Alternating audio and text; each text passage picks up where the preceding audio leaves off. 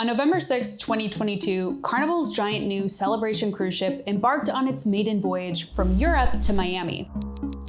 Along the way, it raised the flag of the Bahamas, making it one of roughly 100 cruise ships registered to the island nation. For centuries, ships have flown the flags of other countries, and some cruise lines select countries for their ships with one thing in mind: money. They have millions of American passengers, but when you look at the numbers behind these companies, it's pretty astonishing to learn the extent to which they go to avoid paying into the US tax system. On top of that, the industry's major players make billions through a laundry list of onboard secrets, most of which are hidden in plain sight.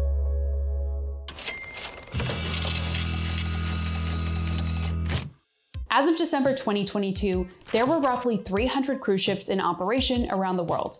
Those 300 ships host over 30 million passengers every year.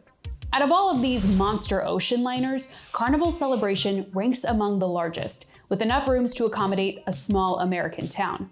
On board, passengers can choose from more than 20 restaurants, 2 of which were co-created with the mayor of Flavortown himself, Guy Fieri. Grabbing a bite at Guy's Burger Joint is included in the price of a ticket, while dining at his Pig and Anchor restaurant is not. A typical cruise ship is probably earning about $100 net profit per passenger per day just from onboard spending. So when I say, they're artful in being able to get their hands in people's pockets, it's almost an understatement. Our breakdown found that for a pre-pandemic 7-day cruise in 2018, the average passenger spent $1,060 on a ticket and $650 on board. After subtracting overhead costs, a ship made out with roughly $291 in net profit per passenger per cruise. That's higher than the profit margin of global hotel chain Hilton. And here's where those flags come into play. According to international maritime law, a ship must prove it has a genuine link to its country of registry. But when it comes to cruise ships, not everyone is convinced that link is so genuine. Well, a lot of people say that's actually bullshit.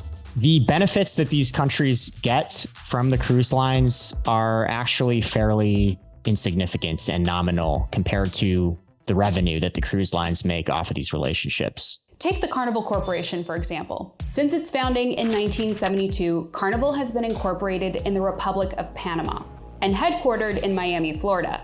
But ships like the Celebration fly the flag of the Bahamas. Why?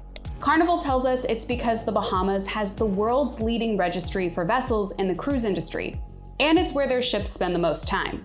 But critics of the cruise industry argue that foreign flags are flown to avoid paying millions of dollars in US taxes. It's purely an economic arrangement. You give the Panamanian government X millions of dollars and they give you the flag and everybody's happy. Under an obscure, century-old section of the US tax code, the earnings derived from foreign incorporated vessels remain tax-free in the US. So basically, the law incentivizes foreign registration and reduces the amount of taxes cruise ships are required to pay. Carnival told The Hustle that in 2019, it paid the majority of its $71 million in federal corporate taxes to the US government. But according to NBC, without a legal tax exemption, it would have paid closer to $600 million. The irony?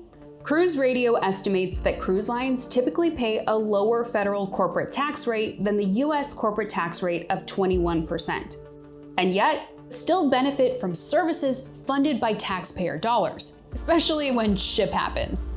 When the Carnival Splendor's engine caught fire off the coast of San Diego in 2010, it required $3.4 million in government recovery aid. The cost for a person overboard could be up to a couple of $1 million. When cruise ships have lost power and gone adrift at sea, those recoveries have been in millions of dollars, and medical emergencies. Dozens of new cases confirmed today. A growing crisis, aboard cruise ships. Penned up in quarantine, lied to by cruise officials. It's total lockdown. At the onset of the COVID-19 pandemic, cruise stocks plummeted more than 60% in just 3 months, and 2020 quickly became the worst year on record for the industry. Without business ties to the US government, most cruise lines weren't eligible for federal stimulus, so they turned to the American taxpayer, again. We ask you to book a future Princess cruise to your dream destination as a sign of encouragement for our team.